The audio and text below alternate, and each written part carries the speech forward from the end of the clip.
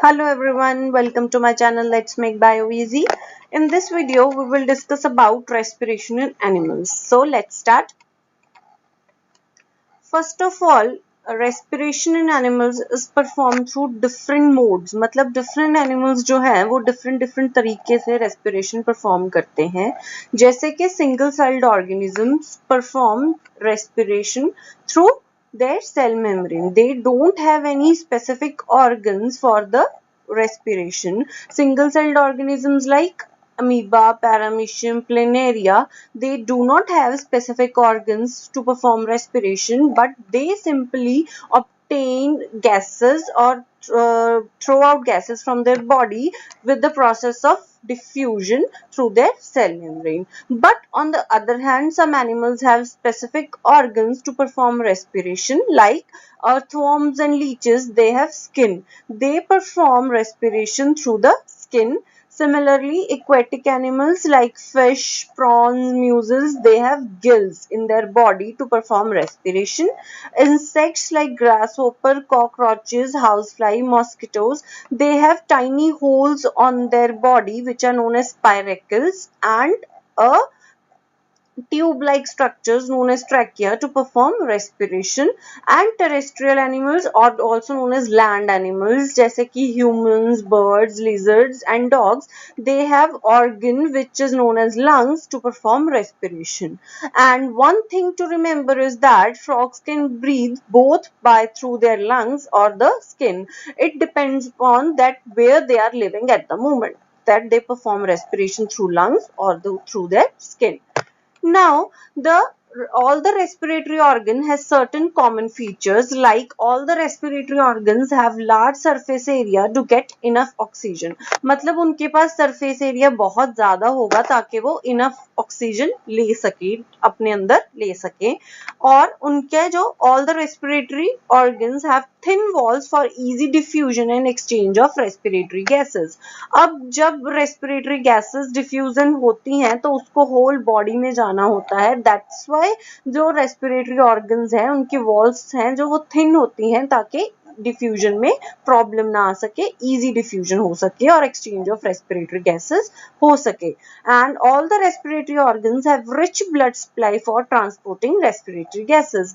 तो ट्रांसपोर्ट कौन करता है? जो गैसेस होती हैं वो कौन करता है? ब्लड के थ्रू होता है ट्रांसपोर्ट जो रेस्पिरेटरी गैसेस का होता है.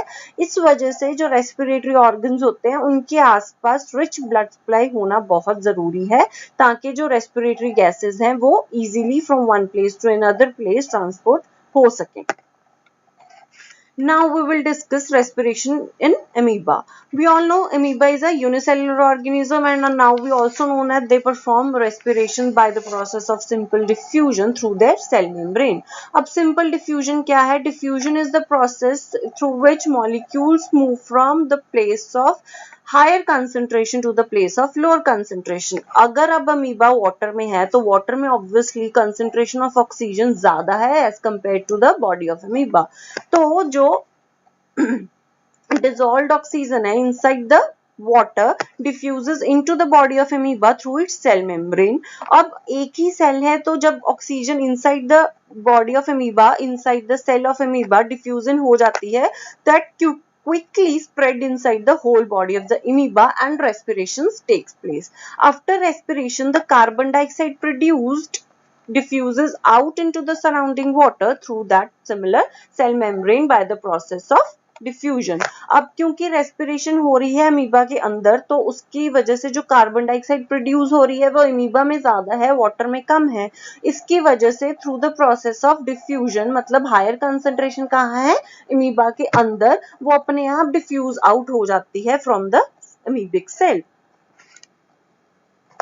So organisms like paramecium and planaria also breathe through the cell membrane with the similar process like respiration in amoeba.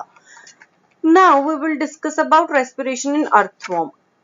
As we have already discussed that earthworm respire through their skin. अर्थफॉर्म के जो भी gaseous exchange होता है वो उनकी skin के through होता है.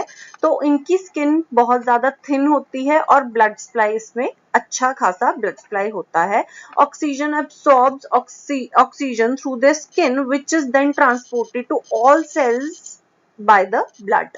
अब जो respiration के बाद कार्बन डाइऑक्साइड प्रोड्यूस हो रही है, तो carbon dioxide produced through the respiration is carried back by the blood and is expelled through the same skin inside the environment.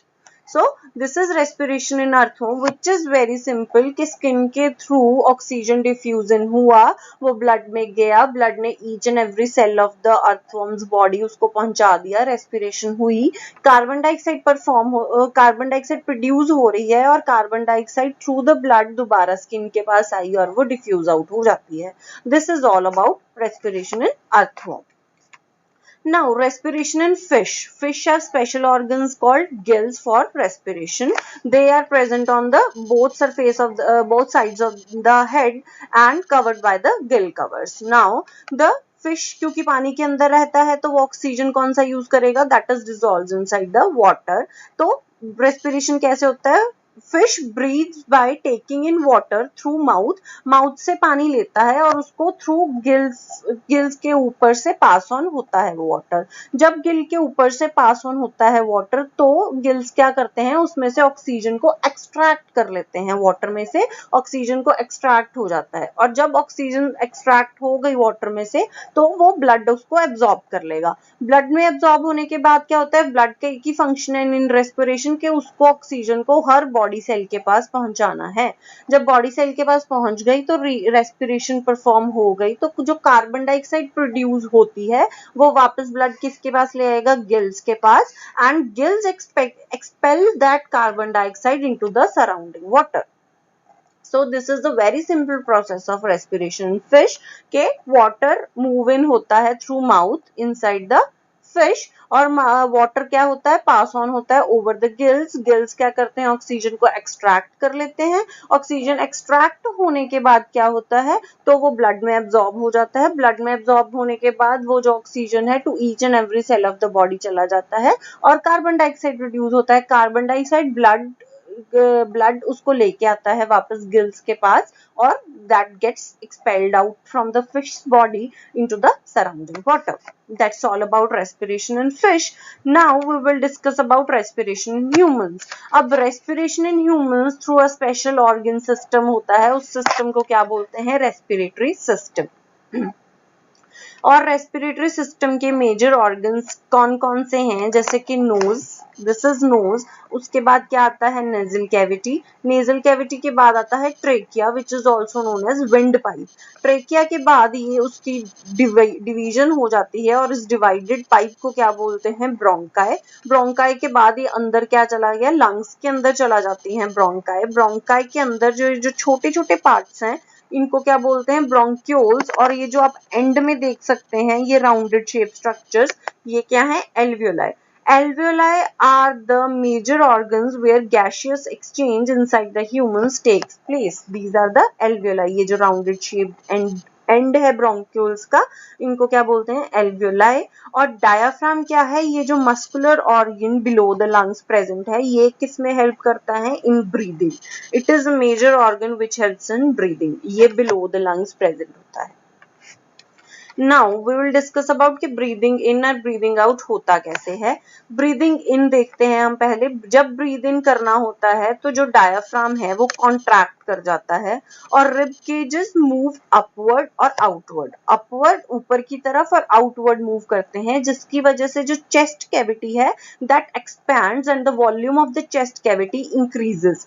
अब चेस्ट कैविटी का वॉल्यूम क्योंकि इंक्रीज हो गया है तो air pressure inside the chest cavity कम है, तो air automatically rushes into the lungs. अब लंग्स में जाने के बाद वो कहाँ जाती है? एल्वियोलाई में.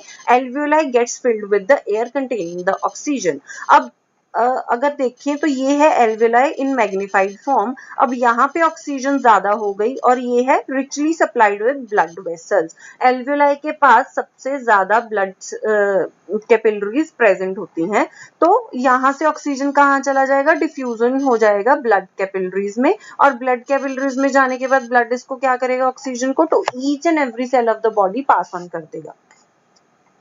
So the oxygen of air diffuses from the alveoli walls into the blood, and the oxygen is carried by the blood to all parts of the body and utilized for the generation of energy. This process is breathing in and respiration. Now what is breathing out? अब breathing out करना है तो diaphragm जो है वो relax हो जाता है, rib cage moves downwards और inward, जिसकी वजह से क्या होता है, chest cavity contract कर जाती है और becomes smaller. Chest cavity smaller हो गई तो क्या होता है, यहाँ पे क्या होता है, अब अगर ब्लड ऑक्सीजन लेके जा रहा है तो जो रेस्पिरेशन से कार्बन डाइऑक्साइड प्रोड्यूस हो रही है तो वो वापस कहाँ चले जाती है, एल्वियोलाई के पास. अब एल्वियोलाई क्या करेगा, जब ब्रीद आउट करना है, क्योंकि चेस्ट कैविटी कॉन्ट्रैक्ट कर गई है और स्मॉल हो गई है, तो ये जो कार्बन डाइऑक्साइड यहाँ पे प्रेजेंट होती है ये एक्सपेल हो जाएगी through the nose into the surrounding air. So this process is known as breathing out. इसमें मेजर फंक्शन किसका है, रिब केज का और डायफ्राम का. जब ब्रीद आउट होना है तो रिलैक्स होना है, जब ब्रीद इन होना है तो डायफ्राम कॉन्ट्रैक्ट हो जाता है, तो वो चेस्ट कैविटी का एरिया जो होता है उसकी वजह से breathe in and breathe out होता है. और gaseous exchange between the blood and lungs कहाँ पे होता है, alveoli is the major organ where the gaseous exchange takes place. I hope you understand this. If you have any query related to it, please leave your query in the comment section below and subscribe to my channel. Let's make Bio Easy.